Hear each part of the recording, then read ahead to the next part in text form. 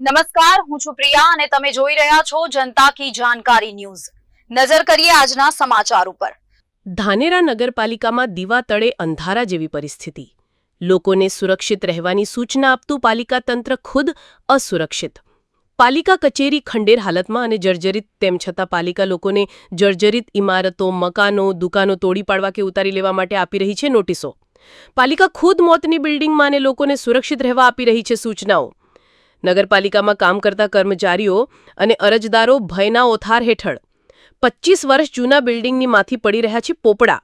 જો આ બિલ્ડિંગ ધરાશાયી થાય અને કોઈને જીવ જાય તો જવાબદાર કોણ? તંત્રના પાપે ગુજરાતમાં અનેક ઘટનાઓ બની રહી છે અને લોકો મરી રહ્યા છે, તેમ છતાં તંત્ર કુંભકર્ણની નિંદ્રામાં। રિપોર્ટ ભરત ઠક્કર, ડીસા, બનાસકાંઠા।